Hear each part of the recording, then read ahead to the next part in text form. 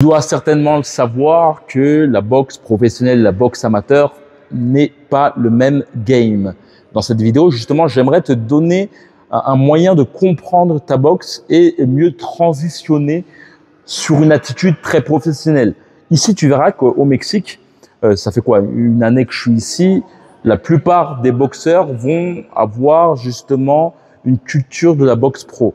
Des boxeurs qui ont 16 ans, même 10 ans, vont plutôt avoir une attitude très professionnelle dans la boxe. Et ça, c'est partout dans le Mexique. Chose qui est très intéressante, c'est par exemple ici à Guadalajara, la ville natale de Canelo, il y a un seul spot où la boxe est plutôt amateur, plutôt olympique, où on va chercher justement les touches. On va pas forcément chercher à frapper lourdement ou avoir justement un déplacement ancré au sol, mais on va plutôt toucher, etc. Ça s'appelle le code. Et donc, dans cette vidéo, je vais te donner plusieurs points qui vont te permettre justement de pouvoir appliquer cette boxe pro dans ta boxe.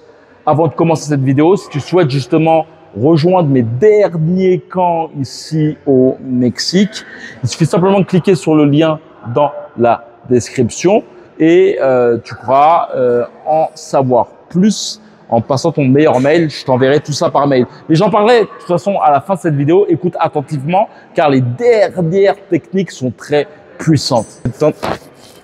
Premier point que je vais te mettre en avant, c'est l'importance de prendre conscience de tes épaules. C'est certainement l'une des choses primordiales qui va te permettre d'être efficace. Car bien souvent, lorsque l'on boxe, et ça je le vois chez bon nombre de boxeurs, les boxeurs sont liés à un positionnement des épaules. C'est-à-dire qu'ils vont être uniquement liés à un positionnement horizontal de leurs épaules qui vont leur permettre d'être très efficaces au niveau de la rapidité de leur coup, très efficaces pour les crochets et les uppercuts. Néanmoins, ces derniers vont être très limités pour la partie en longueur, tu vois. En fait, faut vraiment te mettre en avant que le positionnement de tes épaules va faire en sorte de jouer sur l'amplitude de ta boxe. C'est-à-dire que en ayant tes épaules à l'horizontale, ça va être très intéressant pour frapper justement à mi-distance ou encore à corps. Tu vois, ça va être très intéressant pour avoir une boxe assez latérale. Mais dès que tu souhaites travailler à longue portée, comme tu peux le voir maintenant, ça va être très difficile. Donc en somme, tes épaules jouent sur ton style. Surtout si tu es un boxeur de grande taille et que constamment tu as les épaules comme ça, en fait tu n'as pas le style adéquat. D'ailleurs, dans le lien dans la description, tu pourras voir justement une formation que je t'offre par rapport au fait de engrammer en toi un style qui te va. Regarde dans la description, tu verras un lien qui te permettra d'en savoir plus. Donc, le premier point que je souhaite vraiment te mettre en avant, c'est vraiment une compréhension de ton positionnement d'épaule. Ça, qui va te permettre d'être efficace. Et on peut le voir, les amateurs vont plutôt, il y a beaucoup d'amateurs qui vont plutôt avoir justement les épaules de la sorte pour pouvoir justement, toi, essayer de envoyer une ribambelle de coups et essayer de pas en prendre. Et ça, c'est aussi une différence que je vois chez pas mal de salles mexicaines.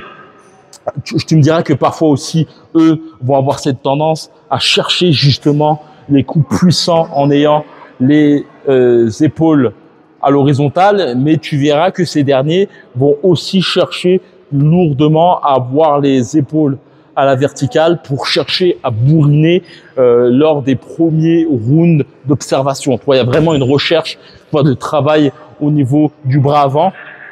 Et ça, c'est un point qui est très intéressant parce que en amateur, on va plutôt chercher, et là, on va dire que je fais des grosses généralités, mais en amateur, on va plutôt chercher à beaucoup jouer avec le jab, mais on va très peu travailler avec les directs du bras avant. Tu sais, les directs du bras avant, moi, comme j'aime bien le dire durant mes camps de boxe, le but, c'est que tu puisses frapper lourdement de la sorte. Tu vois, là, je me suis avancé lourdement pour pouvoir bourriner.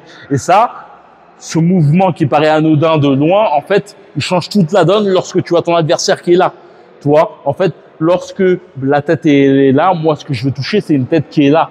Ça veut dire que quand je vais frapper mon adversaire, je vais vraiment le bourriner pour que ce dernier puisse reculer à bas beloued. Vraiment d'avoir un bon direct du bras avant. Il faut vraiment dissocier le jab qui a pour but de s'amuser et le direct du bras avant qui a pour but de t'expulser une puissance phénoménale.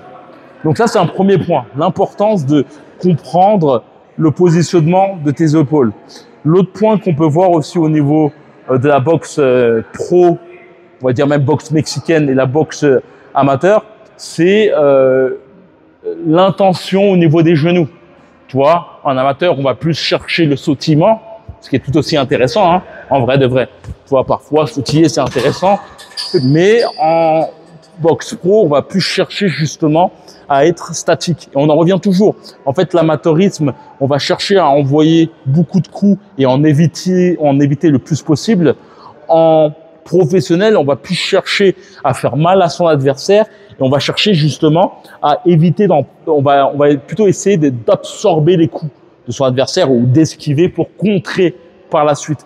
En fait, il y a vraiment une différence amateur-pro, c'est que amateur, il y a vraiment ce côté, on va jouer à chat, et en pro, on va quand même parfois accepter de prendre les coups pour pouvoir justement acclimater son adversaire. D'ailleurs, pour parler de ça, en fait, c'est très intéressant parce que avant de venir au Mexique, c'est vrai que vraiment, je te dis, j'en apprends même ici après 20 années de boxe. En fait, avant le Mexique, j'avais tendance à déjà parler du fait qu'il faut voir justement ses avant-bras comme une sorte de bouclier, tu vois. Vraiment, tu prends ton avant-bras, tu t'en sers comme bouclier. Ça veut dire le but, pour moi, c'était plutôt d'absorber les coups. Tu vois, je veux prendre un crochet à ce niveau-là, j'ai absorbé le coup, ce qui va me permettre d'avoir l'alignement de mes épaules de la sorte et pouvoir contrer mon adversaire, tu vois. Mais ici, on va plutôt chercher à vraiment aller dans le coup, tu vois. Ça veut dire que tu peux effectuer un mouvement comme si tu avais cette impression justement que tu déboîtais ton épaule. Et donc, ça va te permettre justement de prendre ton bouclier et de le mettre justement sur le cou. Ce qui va te permettre par la suite, tu vois, je me prends un coup, je vais aller sur le cou et ce qui va me permettre par la suite d'envoyer un crochet, un uppercut. Tu vois, plutôt un uppercut et un crochet. Pareil, de même, lorsque je vais me prendre le coup, je vais descendre mes genoux et je vais, tu vois, faire ce simple mouvement. Je vais pas faire ça ou ça, tu vois, je vais juste faire ça, ce qui me permet de toujours être protégé. Tac, tac, et ce qui va me permettre d'envoyer un uppercut par la suite. Donc ici, il y a vraiment cet aspect où on va vraiment se servir des avant-bras comme des boucliers. Après, il y a beaucoup de choses aussi dont je parlerai dans une autre vidéo où en fait, on utilise beaucoup les avant-bras aussi pour accrocher son adversaire et frapper par la suite. Donc ça, c'est vraiment pour moi les points qui jouent beaucoup par rapport justement à l'attitude du pro et de l'amateur. Et j'aimerais te partager une technique qui est très intéressante pour en terminer, pour pas faire trop long. C'est le fait que, en fait, lorsque tu es près de ton adversaire, bien souvent, peut-être que tu vas avoir une certaine difficulté à toucher ces derniers. La chose que je te conseillerais, c'est de jouer. Et par exemple, au Mexique, il y a beaucoup ça. En fait, ce qui est très intéressant avec l'apprentissage, c'est que plus tu prends en expérience et plus l'apprentissage va pas être sur des choses que tu ne connais pas, mais des choses que tu vas prendre conscience et que tu vas intégrer avec des métaphores ou une façon de voir la boxe, tu vois. Et si tu verras que les gens ne travaillent pas avec les points, tu vois, mais travaillent beaucoup avec la liaison entre les épaules et les talons, ce qui leur permet, tu vois, par exemple, Evander Holyfield, tu vois, par exemple, de se mettre loin de son adversaire et d'envoyer lourdement, tu vois, un overhand sur son adversaire et rester au niveau de son adversaire pour pouvoir, tu vois, l'envoyer une ribambelle de coups grâce de l'alliance entre les épaules et les talons, tu vois, bam bam, ou simplement, tu vois, en envoyant une ribambelle de coups, mais grâce à l'action, non pas des points, mais vraiment à l'action des épaules, et de terminer par la suite avec un lourd crochet, tu vois, que ce soit, tu vois, à ce niveau-là, tu vois, en termes généraux. Si tu sens que tu stagnes dans ta boxe, que tu n'es pas forcément encadré comme tu souhaiterais, tu sens que tu as un putain de potentiel, mais néanmoins tu n'es pas porté vers le haut, on peut tous le sentir globalement que parfois notre club a plusieurs groupes. Il y a les groupes qui sont bien assistés par les entraîneurs et les autres qui sont un peu mis de côté. C'est tout à fait normal. Si un club comporte 50 pèlerins, le coach va se focaliser sur certains. Peut-être que tu te sens justement délaissé, tu sens que tu pourrais faire plus, mais qu'on ne te prend pas forcément en compte, en considération. Ben, je voulais te dire que le camp qui se déroule justement dans la ville natale de Canelo, à Guadalajara, est fait pour ça. On est en tout petit comité, tout petit groupe, ce qui me permet de t'encadrer vraiment intensément, sachant que c'est totalement personnalisé et le but, c'est vraiment d'être derrière ton dos. Si tu souhaites en savoir plus, il faut simplement cliquer dans le lien dans la description, me passer ton meilleur mail et tu auras toutes les informations qui te permettront surtout par la suite de prendre un rendez-vous téléphonique avec moi pour les candidatures. Il reste quelques places encore et cela, ça te permettra justement de créer ensemble un programme par rapport à ta boxe, par rapport aux défauts que tu vois dans ta boxe et de faire en sorte justement de casser cela. Le but, c'est pas de faire de la boxe pour faire de la boxe. Le but, c'est vraiment de créer un camp personnalisé par rapport aux défauts que tu as, par rapport à tes objectifs d'attitude et de technique.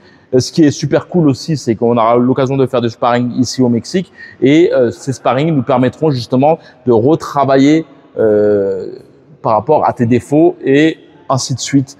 Chaque sparring nous permettra d'évaluer ta boxe et de t'améliorer. Donc voilà, si tu souhaites nous rejoindre dans ce camp, c'est en juillet ou en août, il y a 2 dates. Il suffit simplement de cliquer dans le lien dans la description, passer ton meilleur mail, tu recevras tout dans ta boîte mail et voilà, comme d'habitude, que la boxe est avec toi. Ciao.